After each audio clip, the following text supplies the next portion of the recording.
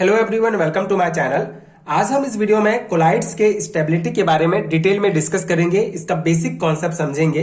Colloidal state chemistry unit का एक बहुत इंपॉर्टेंट टॉपिक है, सो उस अकॉर्डिंग आपको ये डिटेल नोट्स प्रोवाइड करूंगा जो डेफिनेटली आपके एग्जाम प्रिपरेशंस के लिए बहुत हेल्पफुल होगा।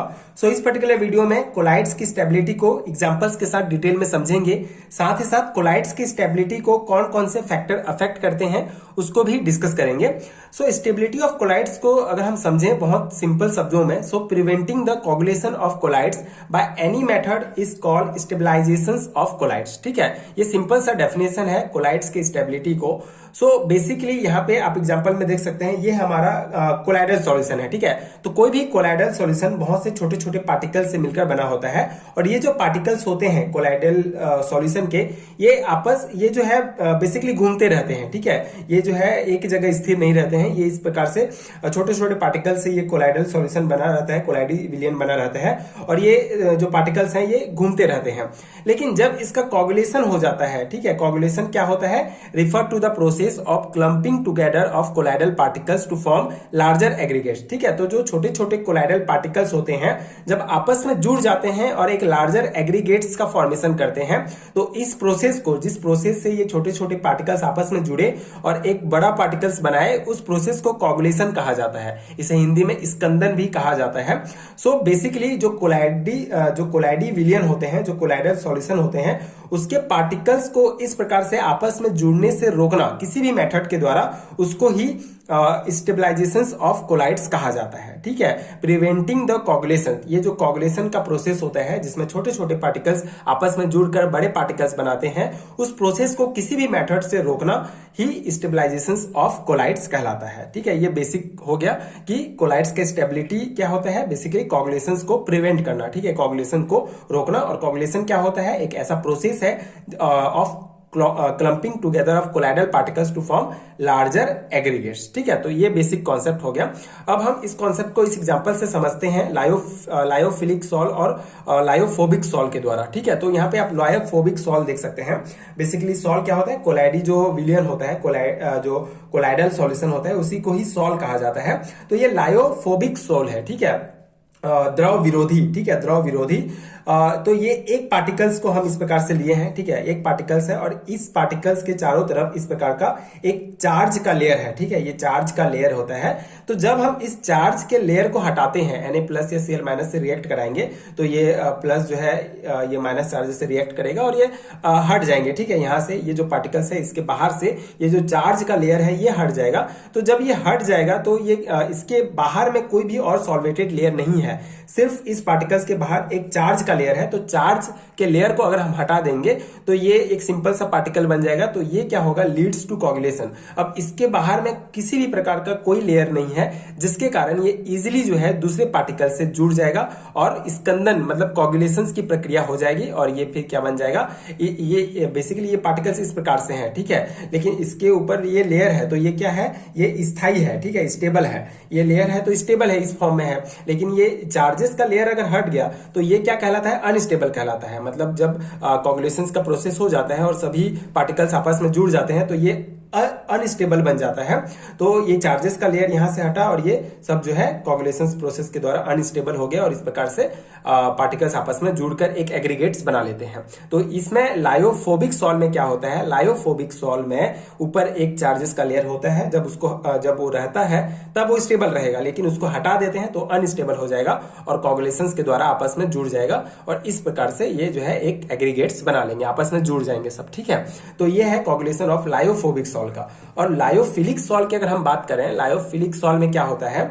इसके बाहर में तो चार्ज का जो है लेयर होता है, लेकिन इसके चार्जेस लेयर के बाहर भी जो है एक लेयर होता है जिसे सॉल्वेटेड लेयर या वाटर लेयर कहा जाता है। ठीक है, तो इसी के कारण जो है ये ज्यादा स्टेबल रहता है। जब हम इसका चार्जेस हटाएंगे तो ये चार्ज वाला लेयर हट जाएगा, फिर भी जो है एक बाहर में उसके और एक लेयर है जिसे लेयर ऑफ वाटर या फिर सॉल्वेटेड लेयर कहा जाता है। तो इसके कारण जो है ये दूसरे पार्टिकल से इजिली कनेक्ट नहीं कर पाएगा, जिससे इजिली जो है कोगुलेशन का जो है प्रोसेस नहीं हो पाएगा, मतलब इसमें बहुत ही कम पॉसिबिलिटी है कोगुलेशंस का। तो इसीलिए ये जो हमारा लायोफिलिक सॉल्व होता है, जो कोलाइडी विलियन होता है, ये ज्यादा स्टेबल रहता है किसकी तुलना में, लायोफोबिक सॉल्व की तुलना में लायोफिलिक सॉल्व ज्यादा स्टेबल रहता है। ठीक है, अब इसी को आप जो है ये पॉइंट में लिख सकते हैं थ्योरी एग्जाम्स में, जैसे lyophobic sol remain stable due to their charge but as soon as charge is remove this solvations become unstable. ठीक है, तो बेसिकली लायोफोबिक सॉल्व स्टेबल क्यों रहता है, क्योंकि उसमें एक चार्ज का लेयर पाया जाता है, लेकिन जैसे ही चार्ज के लेयर को रिमूव किया जाता है ये जो है अनस्टेबल हो जाता है, this solvations becomes unstable. Same lyophilic sol जो है स्टेबल होता है due to electric charge and the solvated layer. अब इस सॉल्वेटेड लेयर जो है ये एक्स्ट्रा होता है, इसमें भी एक इलेक्ट्रिक चार्ज का लेयर होता है, उसके अलावा एक सॉल्वेटेड लेयर पाया जाता है, तो दिस आर परमानेंट। और ये जो सॉल्वेटेड लेयर होते हैं लायोफिलिक सॉल्व में ये परमानेंट होते हैं, so colloids particles remain cover in thin film. ठीक है, तो ये जो पार्टिकल्स है इस लेयर से परमानेंटली जो है कवर रहता है। ठीक है, जिसके कारण इसमें बहुत ही कोगुलेशंस का जो है पॉसिबिलिटी बहुत कम हो जाता है। तो ये है स्टेबिलिटी ऑफ कोलाइड्स। अगर हम बात करें तो जो लायोफोबिक सॉल्व होते हैं, जो लायोफोबिक कोलाइडल सॉल्यूशन होते हैं, वो कम स्टेबल होते हैं, अनस्टेबल होते हैं मेनली। एंड जो लायोफिलिक सॉल्व होते हैं, लायोफिलिक कोलाइडल सॉल्व होते हैं, वो बेसिकली ज्यादा स्टेबल होते हैं किसकी तुलना में, लायोफोबिक सॉल्व की तुलना में। तो ये जो है ऑब्जेक्टिव टाइप क्वेश्चंस के लिए भी इंपॉर्टेंट है, बेसिक कॉन्सेप्ट के लिए, कि लायोफोबिक सॉल्व कम स्टेबल होते हैं, मतलब अनस्टेबल होते हैं ओवरऑल, और ये जो है स्टेबल रहते हैं। ठीक है, बस इतना पॉइंट आपको ध्यान रखना है। तो ये हो गया स्टेबिलिटी ऑफ कोलाइड्स का बेसिक कॉन्सेप्ट। आई होप आपको समझ में आ गया होगा। एक बार आप अपना कॉन्सेप्ट बना लेंगे तो अपने से भी पूरा ये लिख सकते हैं। ये डायग्राम तो इजी है, ठीक है, बस कॉन्सेप्ट को इसमें दर्शाया गया है डायग्राम में। अब इसी से रिलेटेड इंपॉर्टेंट पॉइंट्स है कि कौन कौन से फैक्टर अफेक्ट करते हैं कोलाइड्स की स्टेबिलिटी को। ठीक है, तो पहला है Brownian movement. So due to Brownian motion the particles of colloids always remain in motion due to which the particles do not get aggregate and the solve remain stable. The solve become unstable due to the Brownian motion stopping. ठीक है, बहुत simple सा concept है। जैसे ये पूरा particles हैं, ठीक है, ये कोलाइडल सॉल्यूशन है। तो अगर ब्राउनियन मूवमेंट होता है तो ये जो पार्टिकल्स होते हैं ये आपस में ये लगातार जो है घूमते रहते हैं, इनमें लगातार इसमें मोशन होते रहता है। तो लगातार मोशन होगा तो इसमें बहुत कम टकराव होगा। ठीक है, एक दूसरे से जो है बहुत कम लगातार अगर मोशन होता है तो जो पार्टिकल्स होते हैं colloids always motion due to which the particles do not get aggregate. ठीक है, तो बेसिकली हमेशा जब मोशन में रहेगा तो ये जो है एक दूसरे से नहीं जुड़ेंगे। ठीक है, एग्रीगेट मतलब जो कोगुलेशंस का प्रोसेस तो नहीं हो पाएगा। जैसे अगर मान लो दो पार्टिकल्स हम लेते हैं, दोनों पार्टिकल्स जो है एक साथ जुड़ने वाले होंगे, लेकिन ये इधर मूव कर देगा, ये इधर मूव कर देगा, तो ये जो एग्रीगेट वाला प्रोसेस होगा वो बहुत कम होता है। ठीक है, तो ब्राउनियन मूवमेंट के कारण जो है जो कोलाइडल सॉल्यूशन होता है, पार्टिकल्स होते हैं, उसमें बहुत कम जो है एग्रीगेट होते हैं, बहुत कम एक दूसरे से जुड़ते हैं, जिसके कारण वो स्टेबल बने रहते हैं। ठीक है, जैसे ही ये ब्राउनियन मोशन स्टॉप हो जाएगा ये अनस्टेबल हो जाएंगे, एक दूसरे से जुड़ जाएंगे। सेकंड जो है जो फैक्टर अफेक्ट करता है वो है effect of dilution. So it's stability decrease when solve is diluted. ठीक है, डाइल्यूटेड मतलब अगर इसको हम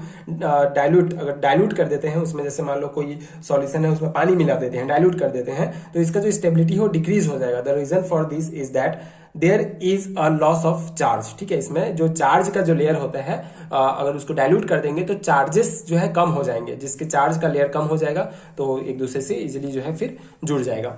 temperature, higher temperature can increase the kinetic energy of particles leading to more frequent collisions and potential coagulation. ठीक है, बहुत सिंपल सा कॉन्सेप्ट है। ठीक है, अगर हम टेम्परेचर बढ़ाते हैं तो काइनेटिक एनर्जी जो है इंक्रीज हो जाएगा, मूवमेंट बहुत जल्दी हो जाएगा, जिसके कारण ये फ्रिक्वेंटली एक दूसरे से कोलिजन्स करेंगे। ठीक है, अगर हम टेम्परेचर बढ़ाते हैं तो अगर एक दूसरे से बहुत ज्यादा कोलिजन्स करेंगे, जुड़ेंगे, टकराएंगे, तो जो कोगुलेशंस का पोटेंशियल है वो बढ़ जाएगा। ठीक है, तो इसीलिए टेम्परेचर अगर बढ़ेगा तो जो है हमारा कोलाइडल सॉल्यूशन ज्यादा अनस्टेबल होगा। ठीक है, charge on particles. So due to charge on particles its stability increase, when charge is remove its stability reduce. ठीक है, सिंपल सा कॉन्सेप्ट है। अगर चार्ज रहेगा तो स्टेबिलिटी जो है इंक्रीज होगा, जैसे ही चार्ज हट जाता है जो है अनस्टेबल हो जाता है। ठीक है, हमारा सॉल्व।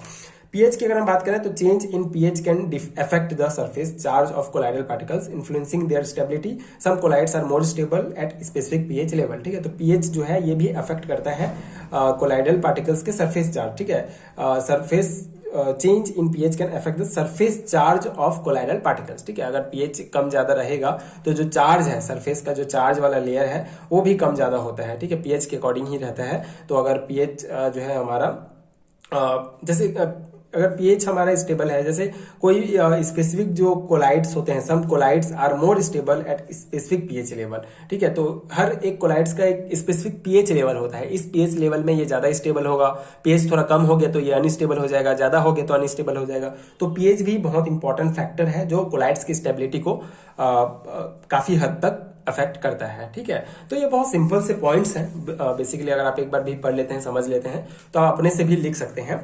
तो ये है कुछ इंपॉर्टेंट फैक्टर्स जो कि कोलाइड्स की स्टेबिलिटी को अफेक्ट कर सकते हैं। एंड ये स्टेबिलिटी ऑफ कोलाइड्स का कॉन्सेप्ट हमने समझा। तो आई होप कि ये ओवरऑल वीडियो आपको समझ में आ गया होगा एंड नोट्स आपके लिए हेल्पफुल रहा होगा। इसी प्रकार अगर आपको और हैंड रिटन नोट चाहिए एमएससी एंड बीएससी लेवल के लिए, तो नीचे आपको डिस्क्रिप्शन बॉक्स में पीडीएफ स्टोर का लिंक मिलेगा, आप चेक कर सकते हैं।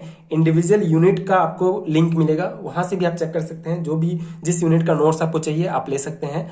एंड नोट्स पेड है तो सर्टेन अमाउंट आपको पे करना पड़ेगा। एंड अगर आपको किसी भी प्रकार की परेशानी हो रही है नोट्स लेने में वेबसाइट के थ्रू, तो आप मुझे स्क्रीन पर दिख रहे व्हाट्सएप नंबर पर डायरेक्ट कांटेक्ट कर सकते हैं। वहां भी नोट्स आपको डायरेक्टली आपके व्हाट्सएप नंबर पर मिल जाएगा। तो ये नोट्स लेने का सिंपल सा प्रोसेस है। अगर आपको चाहिए तो आप डेफिनेटली चेक कर सकते हैं। एमएससी एंड बीएससी लेवल के केमिस्ट्री के सारे हैंड रिटन नोट्स आपको मिल जाएंगे। एंड अगर वीडियो हेल्पफुल है तो आगे के वीडियोस देखने के लिए आप चैनल के साथ जुड़े रहिए। Please subscribe to my channel. Thank you so much for watching.